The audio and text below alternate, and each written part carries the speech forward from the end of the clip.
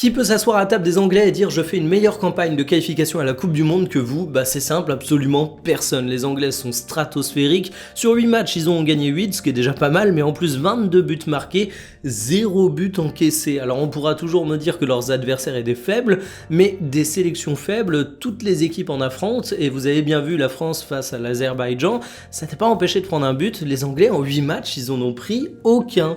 La dernière victime en date des Free Lions, c'était donc l'Albanie, et vous le voyez sur la composition, doublé d'Harry Kane, c'est monstrueux. Son 78e but avec la sélection a été inscrit au cours de cette rencontre. Mais en fait, la force de l'Angleterre, c'est que même quand tu tournes, parce que ce 11 de l'Angleterre était fortement remanié, t'as des monstres tellement, t'as d'éléments offensifs talentueux. Mais en fait, tout l'enjeu, il est là pour les Anglais.